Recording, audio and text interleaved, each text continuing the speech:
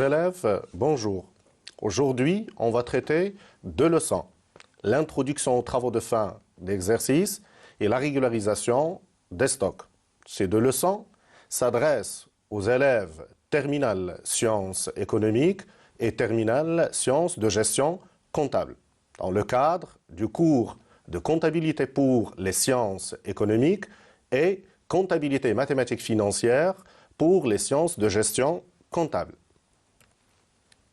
Notre première leçon, l'introduction aux travaux de fin d'exercice. Elle s'inscrit dans le cadre de la première partie du programme qui s'intitule « Travaux de fin d'exercice ». Alors, dans le cadre de cette leçon, on va voir, en premier lieu, la définition de l'inventaire. C'est l'objet de notre introduction.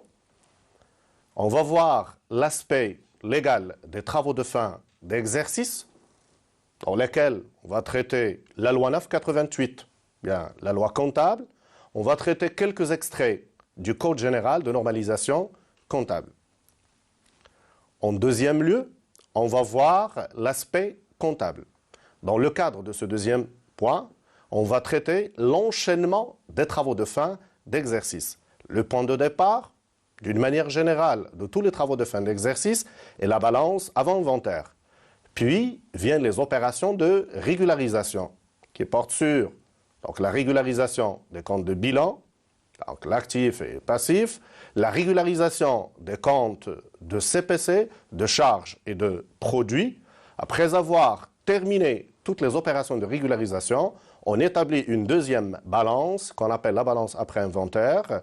Puis vient la dernière opération, la détermination des résultats, qui nous permet donc d'établir en fin de compte les documents de synthèse qui sont le bilan, le CPC, le tableau de financement, l'état des soldes de gestion et l'état des informations complémentaires qu'on appelle en abrégé l'éthique.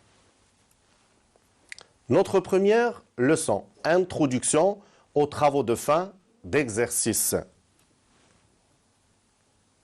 Alors, on va voir la définition de l'inventaire. L'année dernière, dans le cadre du programme de la première année, on avait traité les opérations courantes de l'entreprise qui portent sur les enregistrements, donc de la facturation, les enregistrements des effets de commerce, les enregistrements des opérations d'acquisition, démobilisation. En tout cas, le programme de l'année dernière avait porté sur les opérations courantes de l'entreprise. Pour le programme donc, de cette année, et plus exactement dans le chapitre l'introduction aux travaux de fin d'exercice, on va voir des travaux qui se réalisent à la fin de l'année. Plus exactement, au 31 décembre de chaque exercice pour les entreprises pour lesquelles l'exercice comptable coïncide avec la fin de l'exercice. À la fin de chaque exercice comptable, toute entreprise doit procéder à l'inventaire. C'est quoi l'inventaire? Pour mieux comprendre, on va partir d'un petit exemple. Prenons le chef du parc informatique d'une entreprise. À la fin de l'année, il doit recenser combien il a d'ordinateurs, combien il a d'imprimantes. En tout cas, il doit faire un état des lieux de la situation de son matériel informatique. Puis, en deuxième lieu, il doit procéder à une évaluation de son matériel informatique. Donc, grosso modo, à travers ce petit exemple du matériel informatique, on doit établir l'inventaire pour tous les éléments d'actifs et du passif de l'entreprise. Ce qui nous donne la définition suivante. L'inventaire extra-comptable consiste à recenser, ça veut dire à faire un état des lieux, connaître en quantité les éléments d'actifs et du passif de l'entreprise. Et en deuxième position, procéder à leur évaluation.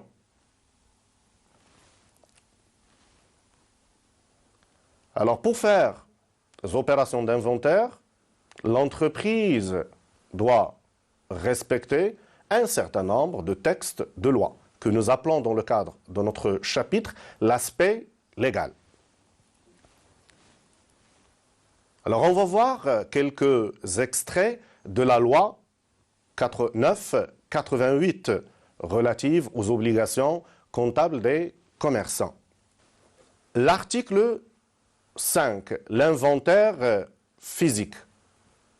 À la fin de chaque exercice comptable, l'entreprise doit procéder donc à un inventaire physique de l'ensemble de ses éléments d'actifs et du passif. L'inventaire doit être effectué au moins une fois par an et généralement à la fin de l'exercice. L'article 6, l'inventaire, comme la comptabilité est un moyen de preuve, les opérations d'inventaire doivent être transcrites dans un livre d'inventaire. Ce livre, généralement, il comporte le CPC et le bilan, donc ce qu'on appelle le compte de produits et de charges. L'article 7, la durée de l'exercice comptable. Un exercice comptable, généralement, est une période de 12 mois. Dans le cadre de notre programme, on doit retenir un exercice qui coïncide avec l'année civile, qui commence le 1er janvier et se termine le 31 décembre. Donc, la durée de l'exercice est de 12 mois. Elle peut exceptionnellement être inférieure à 12 pour un exercice donné. Alors, l'article 18, la date d'établissement des états de synthèse. Comme on vient de le voir, le travail de fin d'année se fait au 31 décembre, mais comme les travaux d'inventaire sont très nombreux et sont consommateurs de temps, on a proposé aux entreprises d'effectuer et d'établir les travaux d'inventaire dans les 3 mois qui suivent la clôture de l'exercice. Autrement, on peut achever son travail en janvier, en février, mais au plus tard, fin mars. Donc la loi, qu'est-ce qu'elle nous dit? L'article 18, l'établissement des états de synthèse, sauf circonstances exceptionnelles justifiées dans l'état des informations complémentaires, doit se faire au plus tard dans les 3 mois suivant la date de clôture de l'exercice. La date d'établissement des états de synthèse doit être nécessairement mentionnée sur l'état des informations complémentaires. Alors maintenant, on va passer au code général de normalisation comptable. Alors dans le cadre du code général de normalisation comptable, on va voir quelques principes comptables. La comptabilité, d'une manière générale, est régie par 7 principes comptables qui sont le principe de continuité d'exploitation, le principe de permanence des méthodes, le principe du coût historique, le principe d'importance significative et le principe de clarté. Les 5 principes que je viens de citer ne vont pas faire l'objet d'un développement dans le cadre de notre leçon. On verra le 6e et le 7e principe qu'on va développer. Le 6e principe, principe de spécialisation des exercices, qu'on aura l'occasion de revoir dans les chapitres à venir.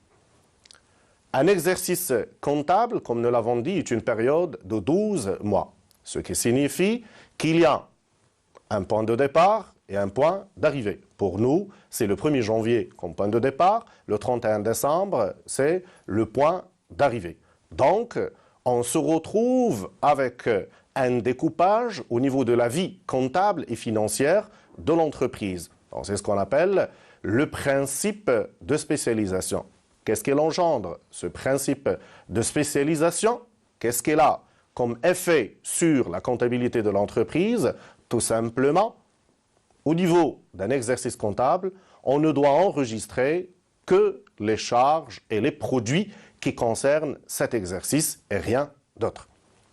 Donc le principe, tel qu'il est énoncé par le plan comptable général des entreprises, en raison du découpage de la vie de l'entreprise en exercice comptable, les charges et les produits doivent être, en vertu du principe de spécialisation des exercices, rattachés à l'exercice qui les concerne effectivement et à celui-là seulement. Puis, nous avons le septième principe, c'est le principe de prudence qu'on va aussi élaborer et traiter dans le cadre des leçons à venir. Les incertitudes présentes susceptibles d'entraîner un accroissement de charge ou une diminution des produits de l'exercice doivent être prises en considération dans le calcul du résultat de cet exercice. Autrement, quand une charge est probable, quand il prend naissance dans le cadre d'un exercice comptable, il doit être enregistré. Alors, on va voir maintenant l'aspect comptable. L'aspect comptable va nous amener à faire une description de la procédure des travaux de fin d'exercice. On commence par la balance avant-inventaire, qui est un document qu'on récupère du service de comptabilité qui englobe tous les comptes de l'entreprise depuis le début jusqu'à la fin de l'année, à l'exception évidemment des opérations d'inventaire. Puis, on commence les opérations de régularisation. On traite d'abord les comptes de bilan, actifs et passifs. Ensuite, la régularisation des charges et des produits. Alors, une fois le travail de régularisation est terminé, on établit une balance après inventaire qui est une balance finale. À partir donc de cette balance, on passe donc les écritures de regroupement et de détermination de résultats. Une fois donc toutes les écritures terminées, on établit l'état de synthèse ou les états de synthèse qui sont le bilan, le CPC, le tableau de financement, l'état des soldes de gestion et l'état des informations complémentaires.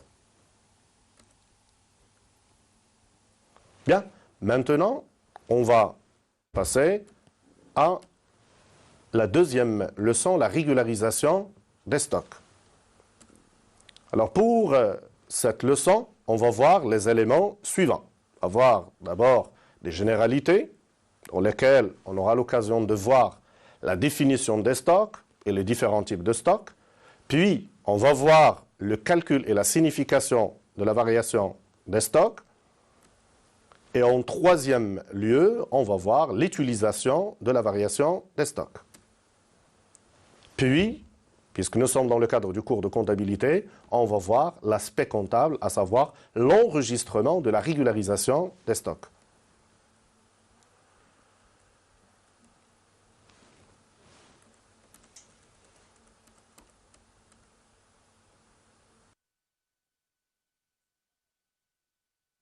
En premier lieu, on va voir les généralités sur les stocks, dans lesquelles on va traiter la définition du stock. Le stock, c'est un ensemble de biens, de services qui sont mis à la disposition de l'entreprise pour servir au niveau de l'exploitation. Et pour avoir une définition complète, nous avons retenu celle proposée par le plan comptable général des entreprises. Le stock est défini par le plan comptable général des entreprises comme un ensemble de biens, de services qui interviennent dans le cycle d'exploitation de l'entreprise pour être soit vendus en l'état, c'est le cas de la marchandise, ça veut dire pas de transformation, on achète un bien, on revend le même bien, il s'agit alors de marchandises ou bien des produits qui sont vendus au terme d'un processus de fabrication. On parle de produits et en cours. Puis nous avons la deuxième partie de la définition de stock. Le stock est un bien consommable. Donc soit il soit consommé en général au premier usage. Il s'agit dans ce cas-là de matière et de fourniture. Alors, à partir de cette définition, on peut avoir des différents types de stocks. Le premier stock, il s'agit de marchandises. Une marchandise, c'est un bien, comme nous l'avons déjà vu, qu'on achète, on revend en l'état, ça veut dire pas de transformation. On achète des chaussures et on revend des chaussures. On achète des pantalons, on revend des pantalons. Là, on parle de marchandises. Mais quand on achète le cuir pour faire la chaussure, quand on achète de la colle pour produire cette chaussure, il s'agit de matière et de fourniture. La chaussure, une fois qu'il est fabriqué, elle s'appelle donc produit fini. On va passer à un deuxième point, c'est le calcul et la signification de la variation des stocks. Alors, pour pouvoir traiter largement ce point, j'ai prévu pour vous, chers élèves, un exemple qui traite le cas d'une entreprise à la fois commerciale et industrielle. Il s'agit du cas de l'entreprise Indus Cap. Son activité porte sur la fabrication du câblage pour voitures, et il s'agit là de son aspect industriel, et la commercialisation des boîtes à outils, ça veut dire les outils pour la réparation des voitures. Et dans ce cas-là, il s'agit du volet commercial de cette entreprise. Alors, au titre de l'exercice 2008, on vous fournit les informations suivantes.